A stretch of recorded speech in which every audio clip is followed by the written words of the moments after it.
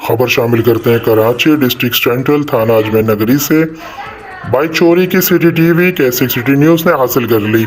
मजीद जानते हैं शरियार गौरी की इस रिपोर्ट में। जी शरियार गौरी, अपडेट कीजिएगा। जी बिल्कुल, जैसा कि आप देख सकते हैं ये CCTV footage K6 news Karachi ने हासिल की है।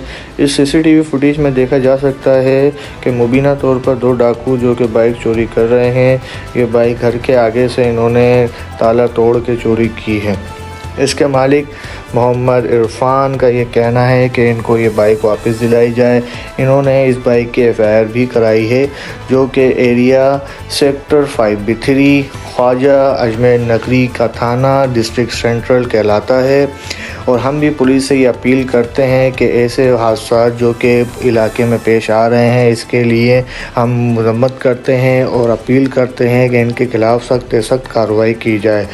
Reporter Shahryar Ali Ghauri, K6 news Karachi.